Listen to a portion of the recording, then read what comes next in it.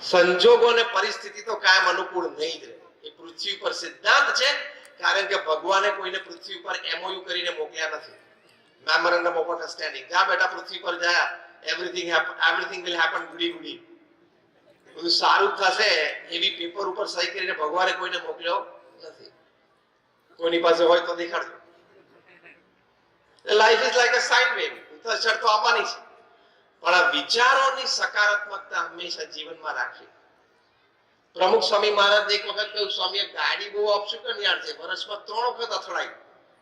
સ્વામી કે શુકનિયાળ કહેવાય, 3 વખત અથડાઈ પણ કોઈની ઈજા થઈ? જો આ દ્રષ્ટિએ કોઈ એ પ્રસંગને જોવો, આ અભિગમથી એ પ્રસંગને મૂલવો, એ જીવનમાં સુખી રહેવાની ચાવી છે. બાકી ગાડી બગડે ખરી, ગાડીનો એક્સિડન્ટ થાય, પણ એક્સિડન્ટ થવા પછી તમારા વિચારો શું છે એ અગત્યનું છે. You need to have absolute control on your thought process. આપણા વિચાર અને આપણી ભાવનાઓ પર જેટલો આપણો કંટ્રોલ હોય એટલો જ વ્યક્તિ સુખી થઈ શકે. તો આવા એટીટ્યુડ્સ, આવા વિચારધારા, આવી બધી વિચારધારાઓ, એનાથી વ્યક્તિ સુખી રહે છે. બીજી વાત સુખી થવાની કે આપણે જે પણ ક્રિયા કરીએ, પ્રવૃત્તિ કરીએ, વ્યવસાય કરીએ, નોકરી કરીએ, એમાં જે આપણે વાત કરી કે નીતિમત્તા અને પ્રામાણિકતા કોઈ દિવસ ચૂકતા નહીં. કારણ કે નીતિમત્તા અને પ્રામાણિકતા ચૂક્યા તો તમે 1 સેકન્ડમાં હીરોમાંથી ઝીરો થઈ જાઓ. 1 સેકન્ડમાં બધું હાથમાંથી જતું રહે. અત્યારે પાછો મુંબઈમાં એક બીજા પરિવારમાં 11,000 કરોડનો કેસ ચાલ્યો છે. પ્રશ્ન આ જ છે, 11,000 કરોડ છે તોય ઝઘડે છે. બોલો, 10 પેઢી બેઠી બેઠી ખાય કે નહીં? 25 પેઢી. પણ નીતિમત્તા અને પ્રામાણિકતા હંમેશા વ્યવહારમાં એ રાખવા. કારણ કે હવે સાંભળજો બરોબર, કારણ કે કર્મનો સિદ્ધાંત પૃથ્વી ઉપર લાગુ પડે છે. તમે ખોટું કર્યું, કોઈનું ખોટું લીધું, એ આજે નહીં તો કાલે, કાલે નહીં તો પરમ દિવસે, પરમ દિવસે નહીં તો 100, 200, 500 દિવસે કર્મનો સિદ્ધાંત તો એ પણ કહે છે કે આ જન્મે નહીં તો આવતા જન્મે તમારે ચૂકવવું તો પડશે જ. You have to give back. આ વિચાર દ્રઢ રાખીએ અને આ વર્તન દ્રઢ રાખીએ તો જીવનમાં વ્યક્તિ સુખી થાય. આપણે જે વાત કરતા હતા, આપણા સત્શાસ્ત્રોમાં વાત છે, રામાયણમાં તુલસીદાસજીએ વાત લખી છે, પરધન પથ્થર માનીએ, પર સ્ત્રી માત સમાન, ઇતને સે હરી ન મિલે તો તુલસીદાસ જમાન. આ નીતિમત્તા અને પ્રામાણિક જીવન અને વ્યવહારની જ વાત છે કે પરધન પથ્થર માનીએ, કે જે ધન આપણું નથી એ ધન આપણી માટે પથ્થર અને ધૂળ સમાન છે, થૂકાય પણ નહીં, આપણું થૂક બગડે. આ વાત તુલસીદાસજીની રામાયણમાંથી બધા સમજી જાય તો કોર્ટમાં 70% કેસ બંધ થઈ જાય એમ છે. હા કે ના? આ 7-12 માં 15-15 નામ કેવી રીતે નીકળે? 5-5, 10-10 નામ કેવી રીતે નીકળે છે? આ વાત સમજ્યા નથી, પોતે દુખી થાય છે અને બીજાને દુખી કરે છે. પર સ્ત્રી માત સમાન. અમારા સદગુરુ સંત પરમ પૂજ્ય ડોક્ટર સ્વામી આ વાત સમજાવે છે કે તમારા પત્ની સિવાય આ પૃથ્વી પર કોઈ પણ સ્ત્રી ઉંમર પ્રમાણે કાં તો તમારી માતા છે, કાં તો તમારા બેન છે, અને કાં તો તમારા દીકરી છે. એવી સમજણ, એવી દ્રષ્ટિને એવું વર્તન હંમેશા રાખો તો બાકીના બીજા 30% કેસ કોર્ટમાંથી પૂરા થઈ જાય એમ છે. આ બધી જ વાતો અમારા પ્રગટ ગુરુહરિ મહંત સ્વામી મહારાજે 88 વર્ષની ઉંમરે સમગ્ર શાસ્ત્રના સાર રૂપે સત્સંગ દીક્ષા એક નાનો ગ્રંથ, પોકેટ બુક છે એવી લખી છે. એમાં બધા જ સિદ્ધાંતો ખૂબ સરળ અને સારા શબ્દોમાં મૂકેલા છે.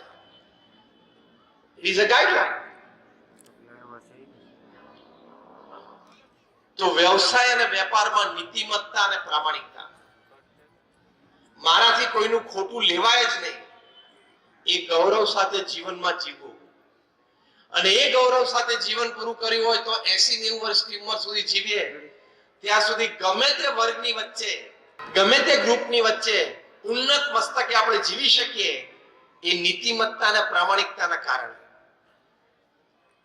જો નીતિમત્તા અને પ્રામાણિકતા હોય, પ્રમુખ સ્વામી મહારાજ એક વખત ગાંધીનગરમાં હતા, ત્યાં બેંક ઓફ બરોડાની નવી બ્રાન્ચનું ઓપનિંગ થતું હતું. એના મેનેજર તરીકે સુનિલભાઈ પારેખ નામની એક વ્યક્તિ આવતા હતા. એમને ઉદ્ઘાટનના આગલા દિવસે જ ખબર પડી કે પ્રમુખ શાહી મહારાજ ગાંધીનગરમાં જ છે અને એમની બેંકની બ્રાન્ચનું બિલ્ડિંગ હતું, ત્યાંથી 2 કિલોમીટર દૂર પ્રમુખ શાહી મહારાજનો ઉતારો છે. એટલે ત્યાં દોડી આવ્યા અને પ્રમુખ શાહી મહારાજને વિનંતી કરી, સ્વામી મને ખબર નહીં કે આપ ગાંધીનગરમાં છો, તો આમંત્રણ કાર્ડ આપને પૂછીને આપની અનુમતિ લઈને આપનું નામ છાપત. સ્વામી કે ના, અમારી કોઈ મનને એવી કોઈ મહત્તા નથી, પણ કે સ્વામી આપ પધારો ઉદ્ઘાટન માટે. પ્રમુખ શાહી મહારાજે કહ્યું કે અત્યારે અમારે આ અક્ષરધામનો ઉદ્ઘાટન સમારોહ છે 1992 ની આ વાત, એટલે અમે અત્યારે વ્યસ્તતા ઘણી બધી છે આયોજન વ્યવસ્થા મીટિંગોની, પણ અમારા 2 મોટા સંતો છે એટલે ઈશ્વરચરણ સ્વામી અને વિવેક સાગર સ્વામી કે અમારા 2 મોટા સંતો છે ઉદ્ઘાટન માટે આવશે.